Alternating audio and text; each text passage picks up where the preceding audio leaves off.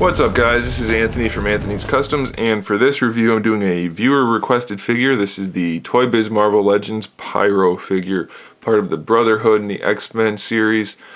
If you like X-Men, then this is obviously a hands down, you have to pick it up since it's PYRO figure. For me, it's always been one of those figures that I never really thought much about. I always had him just for the reason, like I said, it's part of the X-Men and I'm big on X-Men. But it's actually a pretty decent figure. It does have a few inherent flaws, mainly that it has the Toy Biz long arm syndrome. A lot of the Toy Biz figures had really oversized arms. His hands reach down to his calves. That's not normal. That is not natural. But that aside, it's actually a pretty good figure. He's got some uniquely sculpted parts, and it's a nice version of PYRO. So let's take a look at a little more detail. He stands about 6 1/4 inches tall to the top of his hair. The hair is sculpted nicely. Could have used a little paint that didn't match the face mask and the outfit. It's really the same color all the way through right there, not counting the dry brushing on top, so that would have been nice. They could have done a better job, but the sculpt is good and the dry brushing does look nice. His face is sculpted nicely. It looks like PYRO, I think. Maybe a little weaselly for him, but not too much. And he does have the nicely painted red eyes, and then the teeth and lips are painted as well. The mask is sculpted on, so that's nice. A lot of nice detail there. I'll stop saying nice, I promise. He has this added on collar and backpack part. Those are separate. They're both add-ons, but they both fit the figure perfectly. They look good. And they're molded in the color that they're supposed to be, so you don't have to worry about any paint rub or anything like that. And it does have the yellow diamond painted on there. The yellow paint down here is just that. It's just paint. Well, one of the colors is painted, I'm guessing the darker one.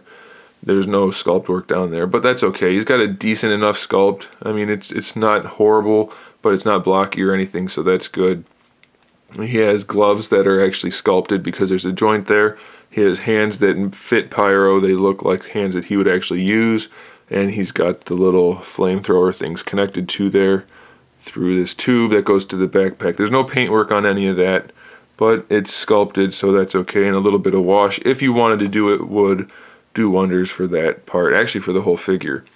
Again, he has nice sculpt work down in the legs, just as the arms, only the legs are more proportionate. Look much better than the arms.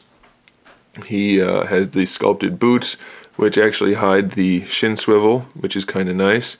And then he has painted ankle joints for the feet. I don't care for that. Toy Biz had a lot of problems with painting joint pegs and things like that, but it's not horrible. Okay, so let's do articulation real quick.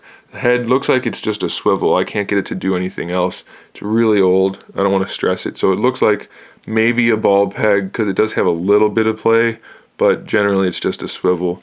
Ball hinge shoulders, bicep swivel, double jointed elbows, and that's where we get a lot of that extra length. You see how it kind of has that big separation right there. Toy Biz had some problems with that, so it's not ideal, but it is to be expected.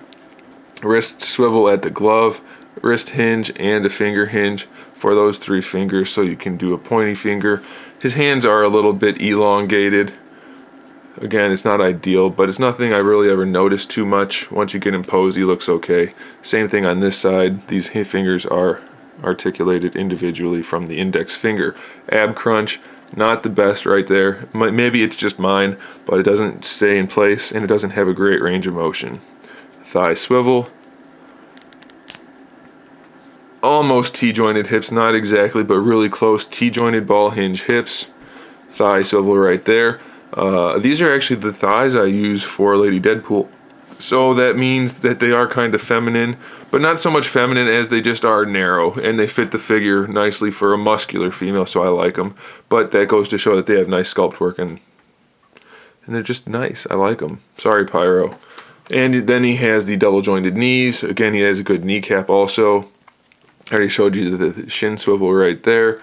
And then the ankle articulation is great. It's really ugly, but it's as good as any other as far as the actual range of motion goes. It's about as much range of motion as you could fit on a 6-inch figure, so that's good even though it's ugly. But like I said, once you get him in a pose, you're not going to really notice that he's got the ugly long arms or the weird ankles. You know, just get him posed and you are going to be good to go. He's a definite must-have in terms of Marvel Legends, X-Men collectors, no doubt at all. So go ahead and pick him up, guys. Even though he's not the best figure, he's certainly good enough. Thanks for watching. Stay tuned for more figure reviews, custom figures, and other good stuff. In the meantime, keep collecting.